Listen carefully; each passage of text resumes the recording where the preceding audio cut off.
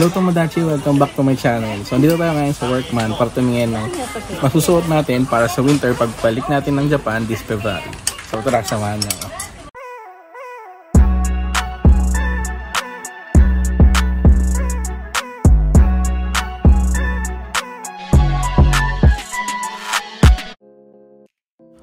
Workman ay isang hidden gem dito sa Japan and most of the tourists doesn't know about this shop. Don't worry, I'm here to give you a tour and tips so you can visit this store when you plan to visit Japan.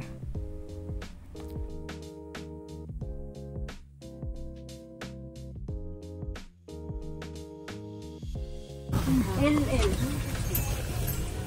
Ang sabi ko LL, diba?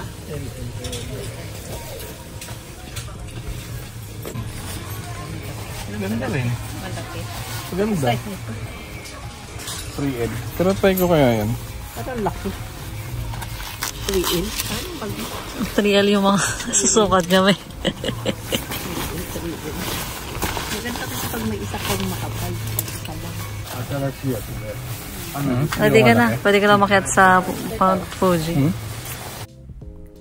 Workman started out as a brand na nag-focus sa mga gamit ng mga workers, mga boots, jackets, gloves, at kung ano-ano pang gear. Pero over time, naging go-to shop ito para sa lahat. Kahit yung mga mahilig sa outdoor gear, comfy clothes, and accessories, lahat ito at affordable pa. Hindi masyado, no? Parang mas komportable ka dito sa block na to. Okay lang din. Parang and kahit nga workwear ang origin nila, marami pa ring items dito na pwede mong gamitin everyday. Kung mahilig ka mag-hiking, mag-DIY projects, o gusto mo lang ng chill na outfit, may makikita kang perfect dito. We also discovered this shop through my father.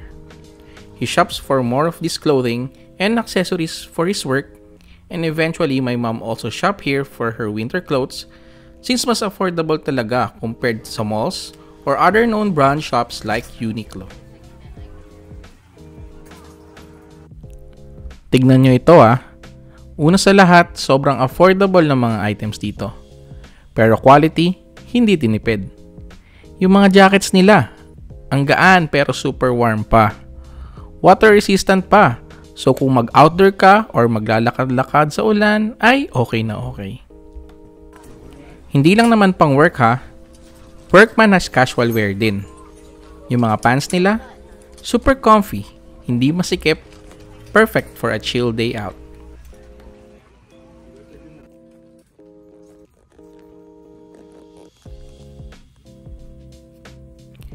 It's the kind of clothes na okay lang isuot kahit saan.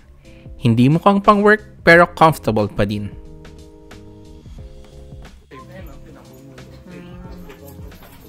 At hindi lang damit guys, may mga accessories din sila.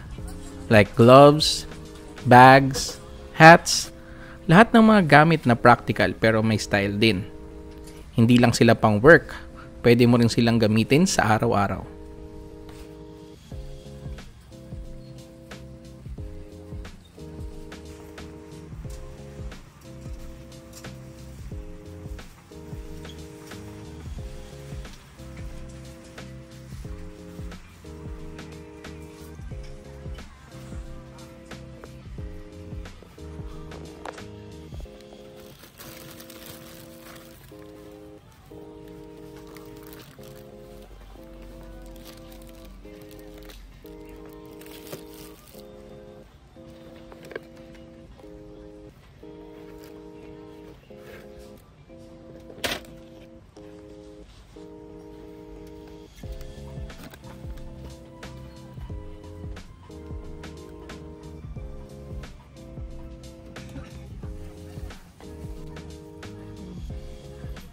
$780 siya.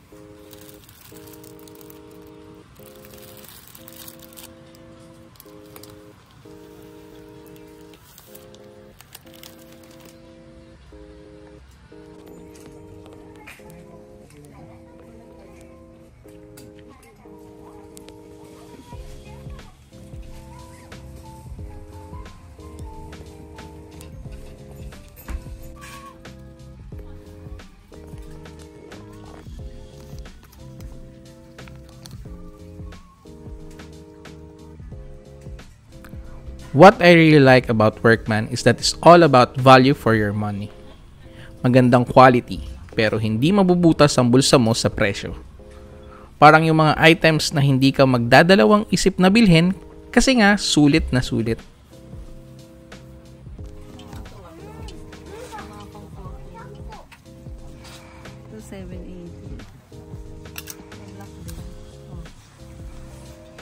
Ganda. So if you travel here in Japan, be sure to check out Workman. Highly recommended, especially if you're looking for a good quality winter clothes.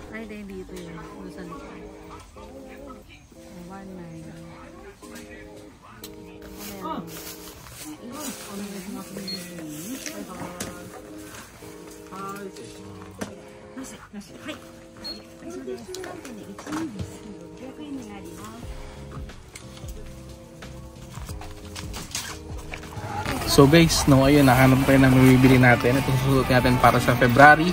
Pagbalik natin at diretso kami ng Fukuoka sa mga panahon na yon. And nakita nyo naman, nakabili na rin si Freya at si Mama. So that's it. Thank you for watching. If you like this video, don't forget to like, comment, and subscribe to my channel para update kayo sa future travel vlogs ko dito sa Japan. Mata ne!